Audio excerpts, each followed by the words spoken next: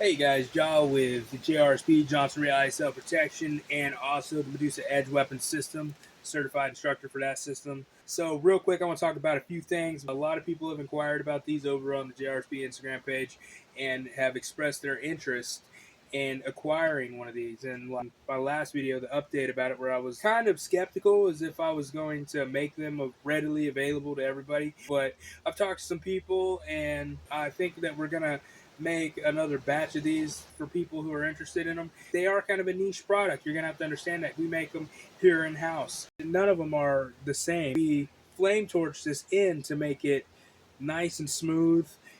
They're a door knocker. We talked about that. If you're having to knock on a door, first and foremost, you don't want it to damage the door. When you knock on a door, you're not beating down the door. You don't have to with this. This you can just tap the door, and this will make a clean, crisp sound. People are going to be able to hear it. So if you have to use it in a self-protection, self-defense situation, if it had like a sharp edge on it and you struck somebody in the face, that edge may catch the skin, abrading the skin and cutting the person open. You don't want that. There will be a million people out there who's like, well, if somebody was attacking me, I don't care what happens to them. Okay, but you got to think about the second fight. It's not just about the first fight. You got to think about the legal fight. You freaking hit somebody with this and you maim them when you hit them with it. Now it's going to have to go to a court of law, and this is going to become a weapon. Well, it's no longer going to be just a door knocker. It's like because you used it in a fashion of like how you would use a weapon. And now what's going to happen is it's going to have to be determined if the level of force you used was appropriate for the situation, or if it was excessive because the person that you use this against has their face cut open. So that's what we think about with this right here as our self-protection, self-defense device right here. There's no sharp edges on here. There's no sharp corners on here because its purpose is not to maim. Its purpose is to knock on doors, but if you have to use it in a pinch, its purpose is not to maim. Its purpose is just to be able to get somebody off you, get them away from you. If you have to neutralize them, you can do what you got to do, but hopefully it's not going to maim the person. You know, you can use that. You see, the pointiest part on here is very, very blunt. But if you're hitting somebody in the ribs with this thing, they're going to feel it. It could possibly break ribs. Okay, you hit somebody in their nose, like with a shot like that, it's definitely going to break their nose. You hit them in the nose with this, it's going to break their nose. You hit somebody in the teeth, it's going to knock their teeth out. You hit somebody in the jaw, could break their jaw. Like you hit them in the hinge of the jaw back here, you could break their jaw. You hit them in the side of the neck, you're going to do a lot of damage. You're going to feel that. You hit them in the collarbone, you're going to break it. Okay, you hit them in the solar plexus. Ooh, they're going to go down. You hit them in the throat, you could possibly kill them, okay? Because you could cause massive, massive damage to the trachea in the windpipe. So don't ever hit anybody in the throat with something like this unless it's absolute last resort. You have to do it. And you know that, you had no other choice because the court of law is going to, look at that. You hit somebody in the eye with this, probably permanent damage to the eye. The person's going to be lucky if they're able to ever see correctly again, if they're ever able to see again, period. In the right hands, this thing is devastating. Is it meant to do all the things that I told you?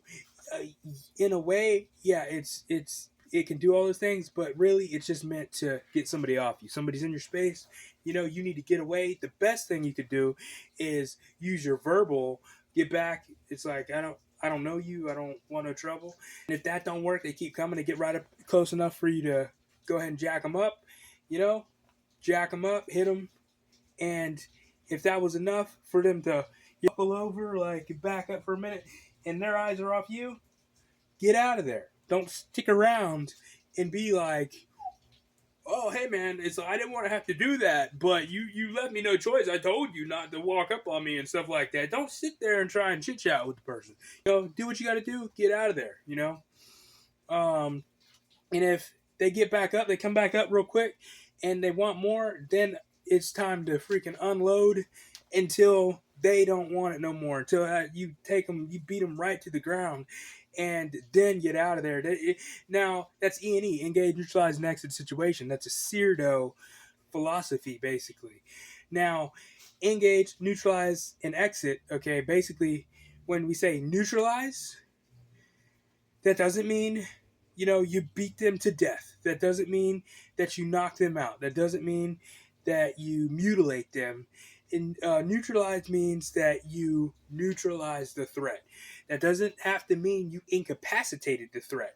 Okay, neutralization and incapacitation, they mean two different things. Neutralize just means that you handled the threat to a point where you could get out of there.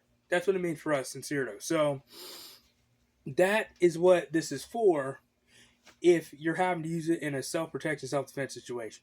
That's all this is for. That's all I'll ever tell you this is for. This is not for fighting, okay? We're not fighters. I don't train anybody to be a fighter. I tell everybody up front.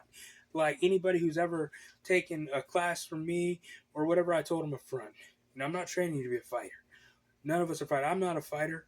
It's like, because when I think a fighter, I think, well, if you're trying to be a fighter, I guess you're training to be a professional. You're training to fight in the ring against someone who is also trained to fight in the ring, and y'all are going to be training to, basically fight for money, because fighting for fun is stupid, okay?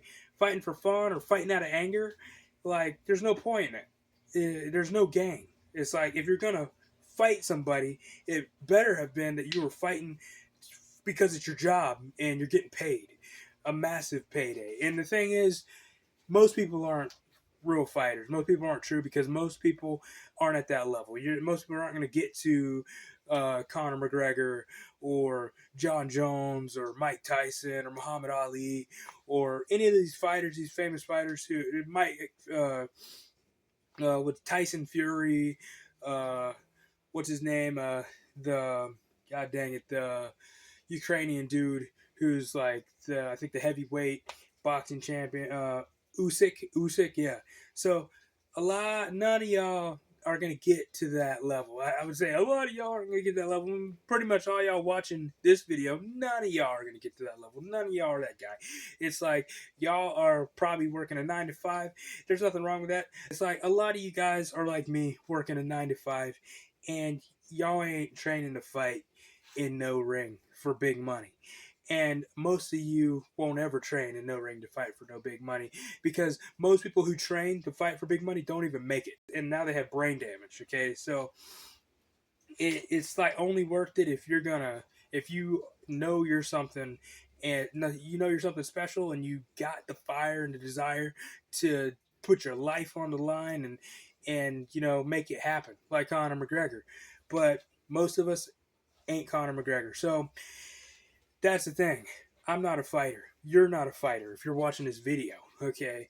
What are we? It's like, I consider myself to be a neutralizer, because if I have to get into a situation, E&E, engage, neutralize, and exit, that's what I'm going to do. I'm going to engage, I'm going to neutralize, I'm going to exit.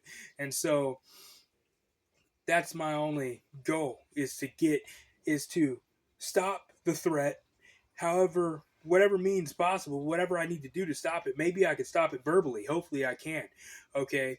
And if I can't, and I have to go to the next level, which is less lethal force, hopefully that'll stop it. And then if I have to go to the next level, which is lethal force, that's going to be a sad day for everybody, including me, because I don't ever want to have to kill somebody and have somebody's blood on my hands. But that brings up the next topic, which, so we're basically going to work on creating a platform where we could get these out to you guys. So stay tuned for that. I don't know when it'll be. I'm not saying it's going to be next week or the week after, but we got to get the materials and everything and get that going. And basically these were made because I needed something that was consistent, because like I say, a lot of these companies have gone out of business or are on the verge of going out of business. So I needed something that I could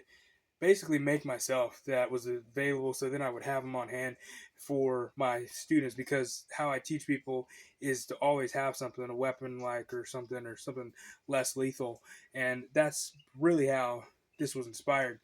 But it's based off of a handle, and it's the most ergonomic handle design I've ever come across. But now moving on to the next topic, and this is why I don't get my self defense or self protection information from people who train to fight in a ring. It comes right from Colonel Blades, okay? And we talked about Colonel Blades and Regiment Blades in a prior video. And now I'm completely disgusted with Colonel Blades, so I'll probably never purchase a Colonel Blades.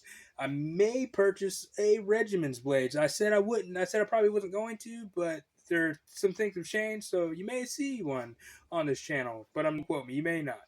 But I know you're definitely not going to see a Colonel Blades knife on this channel, because in this video, which I'm not going to show the video or anything, I'm not going to link a clip because of YouTube's policy where copyright and stuff like that, and they could flag it and have it taken down. But here's a screenshot of the video and the time that this dude says it.